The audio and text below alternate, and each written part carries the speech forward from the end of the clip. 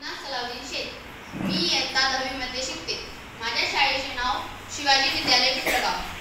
माझा विषय कृत्रिम बुद्धिमत्ता, संभाव्यता व आव्हाने. ॲलन मस्क यांच्या जगप्रसिद्ध तंत्रज्ञानाच्या आयुष्यातील 25 ऑक्टोबर 2017ची ही गोष्ट पूर्ण वैशिष्ट्यपूर्ण होती. आणि ते त्या दिवशी कुणाला तर भेट द्यायला जाणार होते, जे कोणी एक कृत्रिम बुद्धिमत्तेत बोलत चालत असलेली सोफिया नावाची एक रोबोट होती. मग मस्क यांनी तिला चिंता व्यक्त केल्या. मग सोफिया म्हणाली की काळजी करू नका, जर तुम्ही माझ्याशी चांगलं वागलात तर मीही तुमच्याशी चांगलं वागेल. परंतु मानवनिर्मित यंत्र एक ना एक दिवशी मानवाचा घात करतीलच, अशी शंका सगळ्या लोकांच्या मनामध्ये निर्माण झाली. आणि याच प्रश्नांचा आढावा घेण्यासाठी मी येथे उभी आहे. नमस्कार, मी स्पर्धक. विषय मांडते कृत्रिम बुद्धिमत्ता, संभाव्यता व आव्हाने.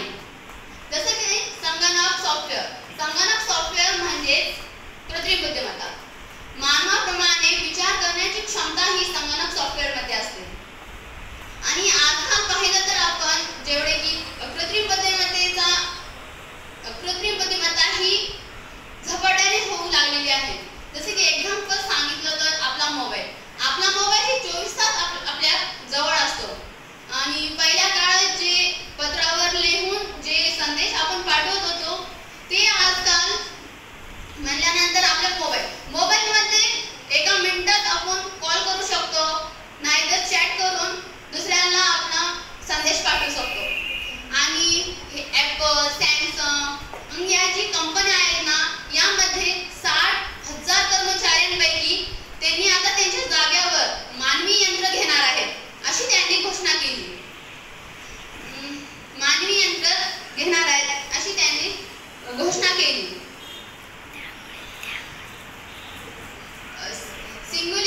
सिंग्युलॅरिटी ही आपल्या जीवनाचा एक मोठा व्याख्यान बनणार आहे.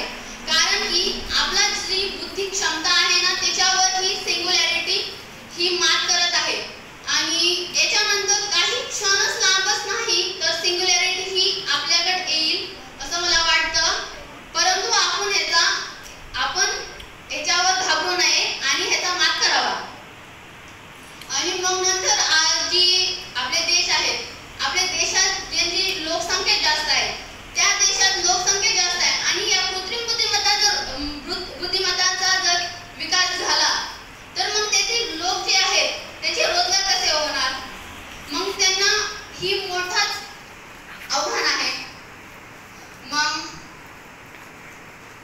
मग जी आपले श्रीमंत वर्ग, मग गरीब वर्ग जे आहेत त्यांना पण त्यांचे रोजगार असे हिसकावून घेतल्यासारखे असेल. मला वाटतं की त्यांचे रोजगार हिसकावून घेतात. मग नंतर जसा जसा विज्ञानाचा विकास होत जातो तसा तसा मानवाचा पण ऱ्हास होत जातो. मग जाता जाता मी एवढेच म्हणणार की प्रगतीचा ध्यास घेतलेल्या मानवाला एवढेच सांगू इच्छिते की सुरोजनाचा ध्यास तुझला आज सत्य सुंदर शिवाची. बुद्धिमत्ता ही झाली कृत्रिम दुनिया, आज यंत्र मानवी संवेदना.